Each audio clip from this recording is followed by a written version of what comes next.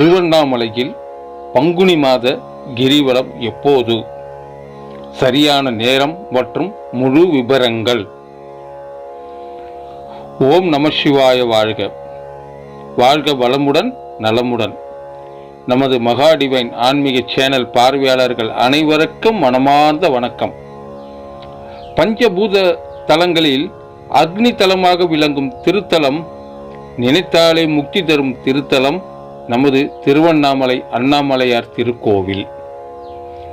இங்குள்ள மலையை சாதாரண ஒரு கற்குவியலாகவோ மலையாகவோ கருதாமல் சிவபெருமானின் வடிவமாகவே ஒரு மாபெரும் சிவலிங்கமாகவே கருதி உலகெங்கிலும் உள்ள பக்தர்கள் வணங்கி வருகின்றனர்.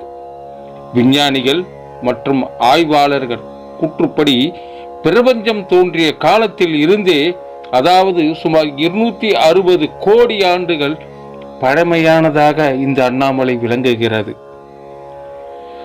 அப்படிப்பட்ட எம்பெருமான் ஈசனின் மலையை சுற்றி வர இந்த பங்குனி மாதத்தில், அதாவது ஏப்ரல் மாதத்தில் வரக்கூடிய கிரிவலத்தின் சரியான நேரம் புதன்கிழமையில் வருவதால் கிடைக்கப் போகும் அளப்பரிய பலன்கள் மற்றும் கிரிவல வழிமுறைகளை பற்றித்தான் இந்த காணொளியில் நாம் விரிவாக காணப்போகின்றோம்.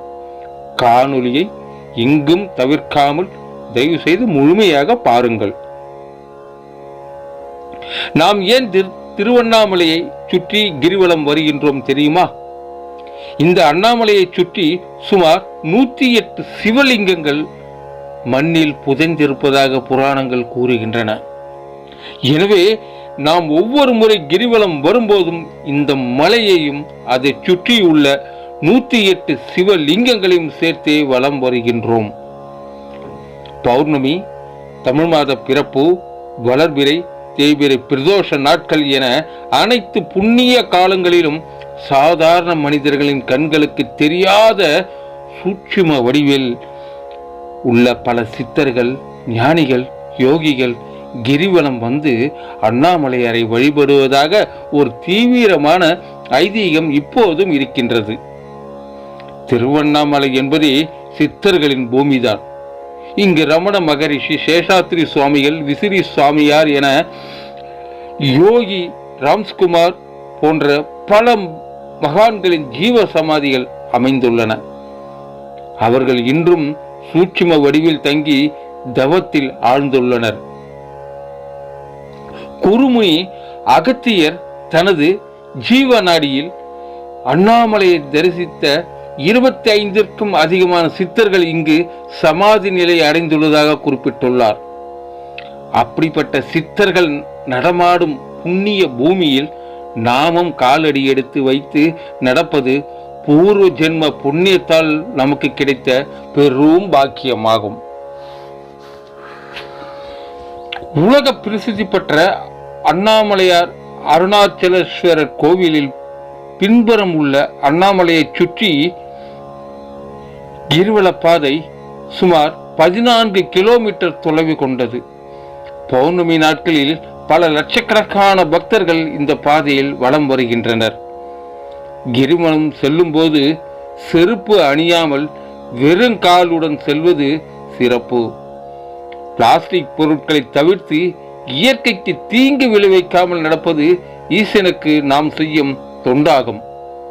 மேலும் வாய் விட்டு பேசாமல் ஓம் நம சிவாய என்ற பஞ்சாட்சர மந்திரத்தை மனதில் உச்சரித்துக் கொண்டே வீண் பேச்சுகளை தவிர்த்து மலையின் உச்சியை பார்த்தபடியே வலம் வருதல் மிகவும் சிறப்பு.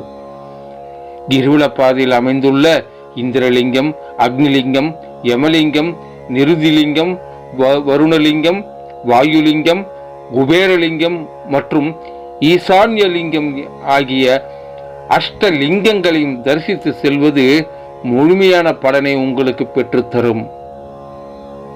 வழியில் உள்ள சாதுக்களுக்கும் ஏழைகளுக்கும் உங்களால் முடிந்த அன்னதானம் அல்லது உதவிகளை செய்வது உங்கள் கர்ம வினைகளை நீக்கி கிரிவலத்தின் பலனை பல மடங்காக அதிகரிக்க செய்யும்.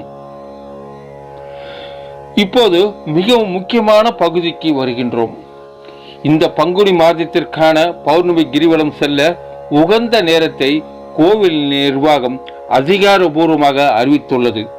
அந்த நேரத்தை தவறாமல் குறித்துக் கொள்ளுங்கள். பௌர்ணமி திதி தொடங்கும் நேரம் வருகின்ற ஏப்ரல் 1ஆம் தேதி பங்குனி 18ஆம் தேதி அன்று புதன்கிழமை காலை 7:38 மணிக்கு தொடங்குகின்றது. பௌர்ணமி திதி நிறைவடையும் நேரம் மறுநாள் ஏப்ரல் 2ஆம் தேதி வியாழக்கிழமை அன்று காலை 7:57 மணிக்கு நிறைவடைகிறது. எனவே ஏப்ரல் 1ஆம் தேதி புதன்கிழமை அன்று முழுவதும் பௌர்ணமி திதி இருப்பதால் அந்த நாள் முழுவதும் கிரிவலம் மேற்கொள்ளலாம். மேலும் ஏப்ரல் 1 அன்று இரவு நேர கிரிவலம் செல்வதும் மிக சிறப்பான தட்பவெப்ப நிலையும் மன அமைதியையும் உங்களுக்கு தரும். இந்த ஏப்ரல் மாதத்தில் வரும் பங்குனி கிரிவலம் மிகவும் தனித்துவமானது. பங்குனி மாதம் என்றாலே தெய்வ திருமணங்கள் நடைபெறும் சிறப்பான மாதம். அது மட்டும் இல்லாமல் இந்த பௌர்ணமி புதன்கிழமை என்று வருவது இரட்டிப்பு பலனை தரக்கூடியது. அக்னி தலமான திருவண்ணாமலையில் இந்த புதன்கிழமை பங்குனி பௌர்ணமியில் கிரிவலம் வருவதால் கிடைக்கும் பலன்கள் என்னென்ன தெரியுமா? புதன்கிழமை என்பது புதன் பகவானுக்கு மிகவும் உகந்தது. எனவே மாணவர்களுக்கு கல்வியில் சிறந்த முன்னேற்றமும் அறிவாற்றலும் பெருகும். வியாபாரம் மற்றும் தொழில் செய்பவர்களுக்கு தொழில் தடை நீங்கி லாபம் பெருகும், வியாபாரம் செழிக்கும். பங்குனி மாத பௌர்ணமியில் கிரிவலம் வருவதால் நீண்ட காலமாக தடைபட்டு வந்த திருமண காரியங்கள் கைகூடும். குடும்பத்தில் உள்ள குழப்பங்கள், கணவன் மனைவி கருத்து வேறுபாடுகள் நீங்கி வீட்டில் வற்றாத லட்சுமி கடாட்சம் பெருகும் என ஆன்மீக நூல்கள் கூறுகின்றன. இந்த சிறப்பான நாளில் லட்சக்கணக்கான பக்தர்கள் வருவார்கள் என எதிர்பார்க்கப்படுவதால் மாவட்ட நிர்வாகம் சார்பாக குடிநீர், கழிப்பறை மற்றும் போக்குவரத்து போன்ற அடிப்படை வசதிகளை கிரிவல பாதை முழுவதும் தீவிரமாக ஏற்பாடு செய்துள்ளனர். எனவே வாய்ப்புள்ள பக்தர்கள் அனைவரும் இந்த பங்குனி மாத பௌர்ணமியில் அண்ணாமலையாரை தரிசித்து கிரிவலம் வந்து எம்பெருமான் ஈசனின் அருளையும் சித்தர்களின் ஆசையையும் முழுமையாக பெறுங்கள். ஓம் நம சிவாய வாழ்க. இந்த தகவல் உங்களுக்கு பயனுள்ளதாக இருந்திருக்கும் என நம்புகிறோம். நமது மகாடிவன் சேனலின் காணொளிகளை தினமும் காண மறக்காமல் லைக் செய்யுங்கள். உங்கள் கருத்துக்களை கமெண்டில் ஓம் நம சிவாயா என்று பக்தியுடன் பதிவிடுங்கள். உங்கள் நண்பர்கள் மற்றும் உறவினர்களுக்கும் தவறாமல் ஷேர் செய்து நமது சேனலை சப்ஸ்கிரைப் செய்து உங்களின் பேராதரவை தாருங்கள். மீண்டும் ஒரு சிறந்த ஆன்மீக தகவலோடு உங்களை சந்திக்கின்றேன். நன்றி, வணக்கம். கே. மகாலிங்கம் ஐயர், அரகண்ட நல்லூர்.